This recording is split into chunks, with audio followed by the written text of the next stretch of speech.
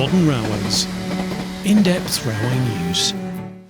Hello and welcome to the preview of the December 2022 edition of Modern Railways. Nearly another year gone. And I'm in a good mood because HS2 has survived the spending cuts. Also good is the next edition. There it is. And who isn't cheered up by the sight of a tube train? No, don't email me. It's a London special this month, but by way of levelling up, my bit is all about the North East. More on that story later. First, it's over to Roger Ford, who has been thinking about the next build of rolling stock and has unearthed the best report done on the railways, possibly ever. Over to you, Roger. Well, hello there, and welcome again to this preview of what's in Informed Sources this month. Last month, we reported that the Transport Decarbonisation Network strategy, with its rolling programme of electrification, had been deemed unaffordable by the Treasury, and as a result, the Great British Railways Transition Team was producing an alternative approach with much less electrification, but a heavier reliance on traction and rolling stock, cascades and new kit. So this month I thought I would start by providing an update for lay readers of the technologies that are available. And these are many and varied. The battery electric multiple unit, the straightforward battery multiple unit, diesel battery hybrids, and in freight, the return of the electro diesel with an electric locomotive with a sizable diesel engine. Also, last month, the state of Baden-Württemberg in Germany, which has some diesel-operated lines, reported on a study it commissioned into the costs and attractiveness of alternatives to diesel haulage. And out of these, the worst came out was hydrogen, which it's not going to do any more of, hydrogen trains, and it came out very strongly for electrification or diesel battery hybrids. From there, when I was doing the series of Modern Railways 6 Decades, and the latest one is in this month's Modern Railways, I came to the 2010s.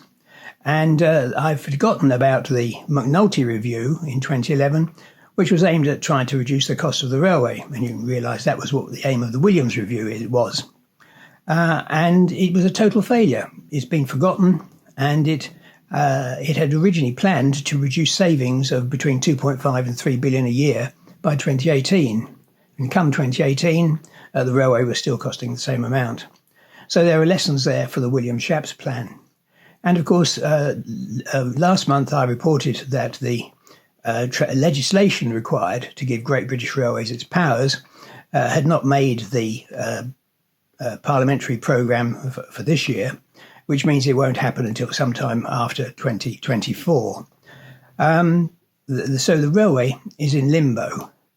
What goes on from there is I've looked at the various issues that are going on, and one of which, of course, is that we are now in the periodic review for the next control period, which starts in April 2024.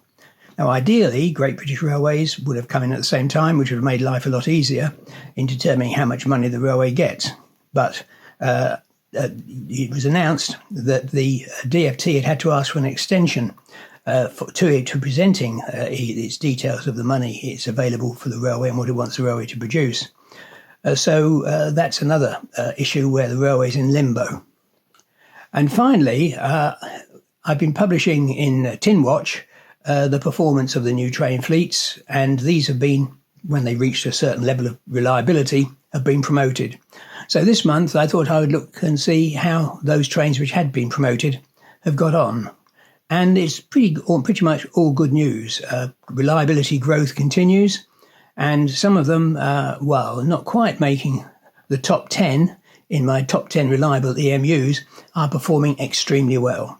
So that's in the column this month. Hope you enjoy it, and see you again next month. Bye. Thank you, Roger. Well, now let's hear from the editor, Philip Sherratt, to tell us about the rest of the magazine. As I say, it's a London special, but there's plenty of other stuff in it as well. Philip. Hello everyone, and thanks Ian as usual for your introduction. So it's our final dated issue at least of 2022, our December issue, and our focus this time is on the capital city London. It's broadly about 6 months since the Elizabeth line opened with the central section, so it's a good time to reflect on how that's all gone. So to do just that, I sat down with TfL's Elizabeth line director Howard Smith. We talked about the passenger numbers, the lessons that they've learned, what's gone well, what they're still working on improving, and of course the preparations for the stages that are still to come, which includes the final timetable in May 2023. So a great summary of what's been a broadly successful time for the Elizabeth line, but there is still more to do.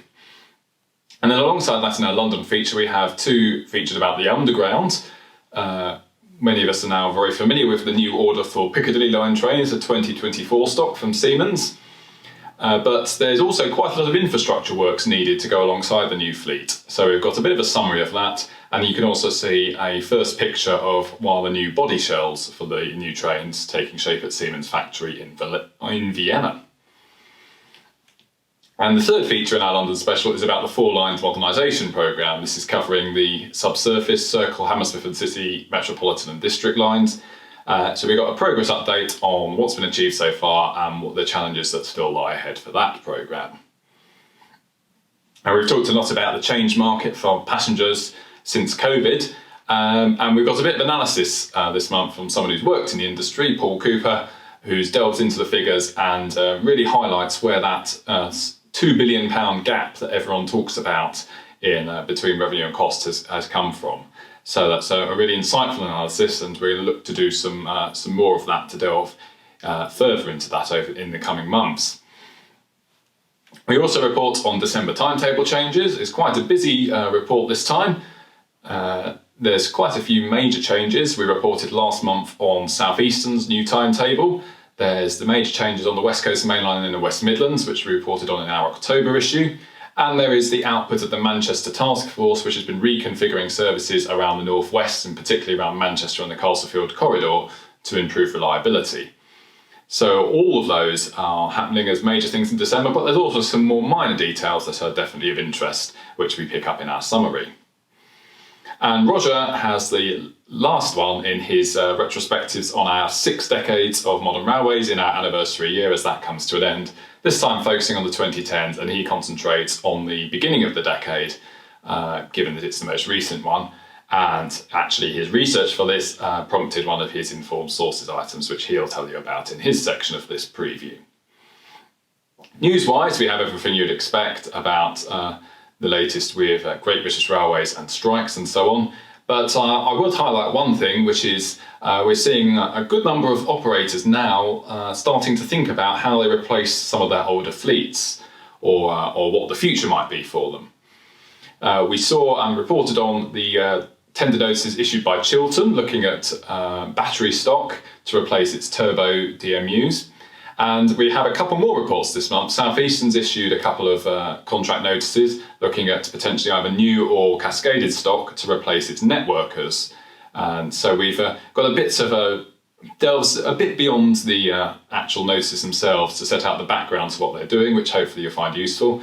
And Great Western Railway too is also looking, it's not published any contract notices yet, but is starting to look at how it will decarbonise and replace its older DMU fleets.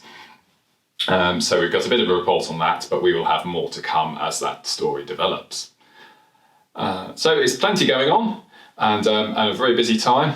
I hope you're keeping well, and with that I will bid you farewell and hand back over to Ian, and I shall see you just before Christmas for the January issue. Thank you, Philip. Lots in there to keep you amused in the dark evenings. Now, on to my bit, Pan Up, which sees the return of the superannuated anoraks. I should point out that we weren't always anoraks. We spent our working lives pretending to be businessmen and wearing suits.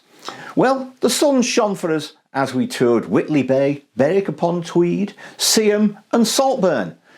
And although I'm getting close to Michael Portillo territory, it is about the trains. You won't be told how to cook some local delicacy. It was a fascinating trip. We all learned a lot, not least how nice this area is now it's all been cleaned up. Seaham is a good example. The line to the harbour is now a footpath, and following it you reach an Aldi where the coal yard used to be. No, I haven't gone all heritage, but I found it interesting and I hope you will too. If you're not sure, Where else could I write about the Metrovic Cobo, dire straits, and a water-operated cliff railway driven by an ex-Deltic driver?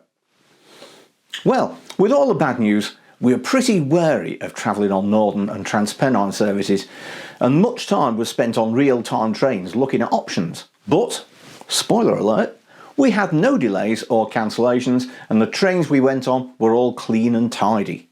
We even had our tickets checked. So, we had a good trip, and you get to read something positive in the run-up to Christmas. Hopefully I'll be back to preview the January 2023 edition before that, although I'm not sure when you're going to get it through the post. Thanks for watching. Bye. This festive season, Key Publishing's put together a wide range of gift ideas for you and your loved ones. We've got hundreds to choose from in our books and magazines selection. Whether it's aviation, from historic to modern day, classic vehicles, historical events, trains and the railway network, buses and coaches, magazines, and many more. We've got something that's sure to delight the enthusiast in your life. Or why not treat them to a subscription?